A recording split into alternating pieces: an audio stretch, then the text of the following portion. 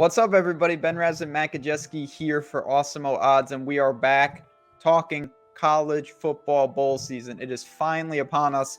There's 40 plus bowls. No, we're not going to talk about all of them here. We are just going to pick our three best bets from the opening week of games. I want to say right off the top, on this very channel, if you are new, hey, welcome. Hit that like button, subscribe.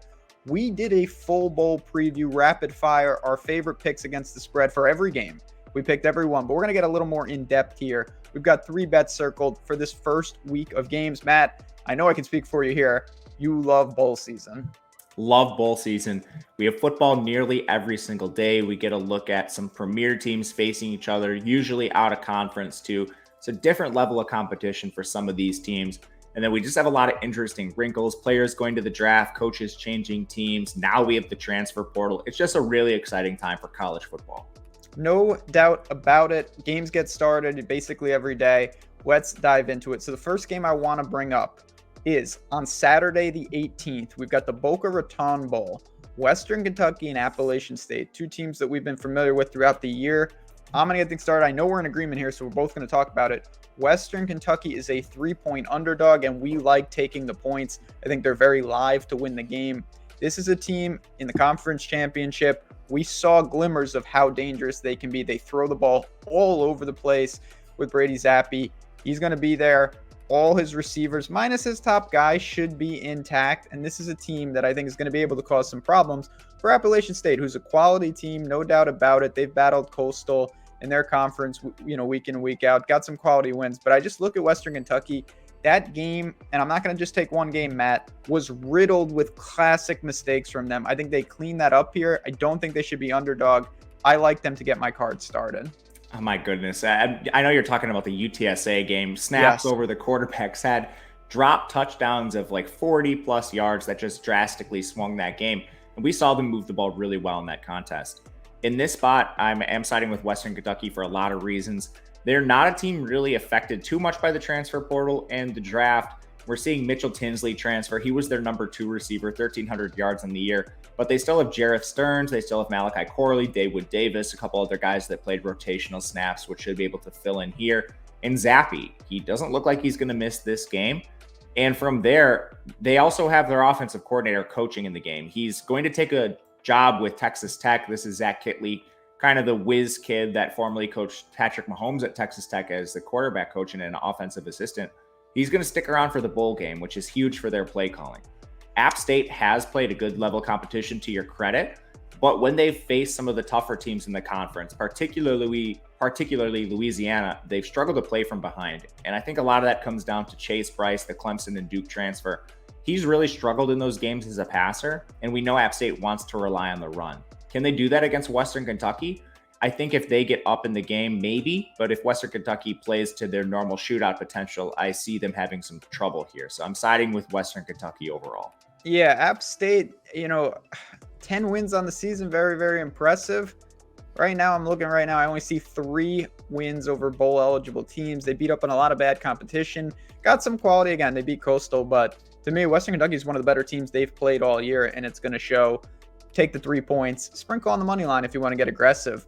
In addition to the spreads, Matt, and we talked about this on Betting You, our podcast, and certainly on this channel, there are some totals that caught my eye and caught your eye. So do you have a favorite total from the first week of games that's worth betting?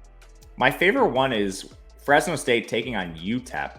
Not probably people's first instinct to look at this game, but when we break it down a little bit, I do think this makes some sense. UTEP's a team that surprisingly moves the ball pretty well, and a lot of teams probably aren't familiar with UTEP, but they score some points. They're coming out of a weaker conference. But the biggest factor in this game is the return of Jake Haener, the quarterback for Fresno State. A lot of people think he's going to get drafted later down the road in his career. I thought maybe even this year, but he decided to return to school, and he briefly put his name in the transfer portal, but then he removed it. So all indications suggest he's going to be playing in this game, and he is a huge factor for not only Fresno State, but overall the total in this game. Fresno State runs with incredible pace, and they pass the ball 56% of the time, way above average. They've scored on much better teams than UTEP, and I see them scoring a lot here with their skill position players fully intact. Ronnie Rivers, Jalen Cropper, these guys have missed time this year, but they're ready to play for this game. And UTEP on the other side, as long as they can keep it competitive and score at a reasonable clip, I see this eclipsing the total.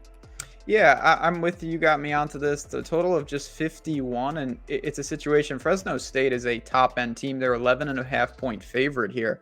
I expect them to hang upwards of 35 points in this game. You're asking UTEP to get a couple touchdowns, and even though I think UTEP is outmanned, they can do that. I mean, even against, I hope this isn't, but at the same time, we'll take it. They played Boise State earlier in the year.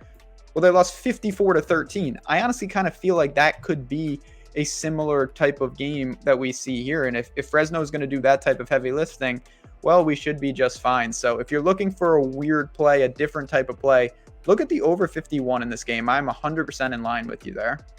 I like that a lot. And UTEP kind of runs an exciting offense. They go 4 wide a lot. They've just struggled with efficiency at times, so their play volume isn't quite up to the same magnitude as Fresno State. But I like those kind of offenses. Running 4 wide, passing the ball at a balanced rate, those bode well for the total. No doubt about it. So keep an eye on that one. All right, last pick, and this is a game that I'm really excited to talk about because early in bowl season, we don't have a ton, and it's been kind of a theme of top-end players potentially sitting out because of their draft status. But there is one guy that we have to really keep an eye on, and it is the quarterback for Liberty. They are in a matchup in the Lending Tree Bowl against Eastern Michigan. They're a 9-point favorite. I like them in this game, but everything we have to say has an asterisk. Malik Willis, Liberty's quarterback, is a top-end prospect. We don't know if he's going to play. It seems like he's gonna, and I always like to ask you, just gut feel, do you think he plays? I think he does. And it comes down to he's still not the number 1 quarterback in this class. I think a lot of guys like Kenny Pickett, Carson Strong have really benefited their draft stock this year.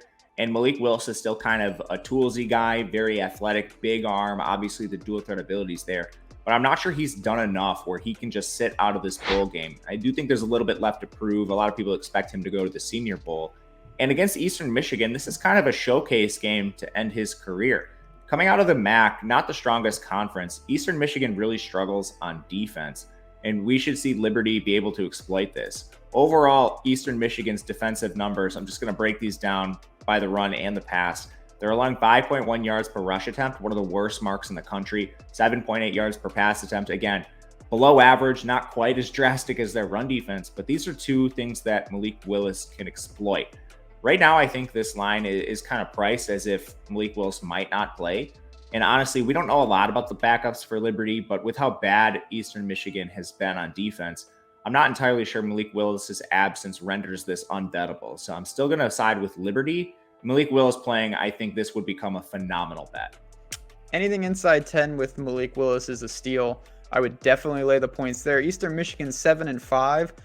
They're bowl eligible because their non-con included St. Francis, UMass, and Texas State. They beat up on those teams. They were middling in the MAC. Liberty doesn't have a conference. They've played teams like Syracuse. They played Ole Miss this year. They've played some really high level of competition out there. Malik Willis is a dynamic dual threat. Eastern Michigan just doesn't see players like this that often, and I think if he is good to go, this is one.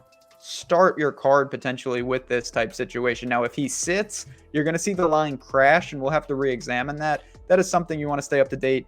You can follow Matt at Matt_Gajewski, myself at JazzRazDFS. We just have to wait and see. But right now, Western Kentucky with the points, the over in the Fresno State game, and we're going to lay the points with Liberty. Anything else from this first week of bowls? Not too much. There's some other situations I'll briefly mention. Like BYU, I think, is a fantastic bet if they're not losing Algier and if their receivers Pau and Romney are healthy, but not one we can really say with confidence right now. And there's a couple spots like that. So watch your injuries, watch your portal, your draft declarations. That could swing a lot in this first week. There we go. 3 up, 3 down. For me, for Matt, stay tuned for more college football betting here from Awesemo Odds. Good luck. Enjoy the games, and we'll talk to you guys soon.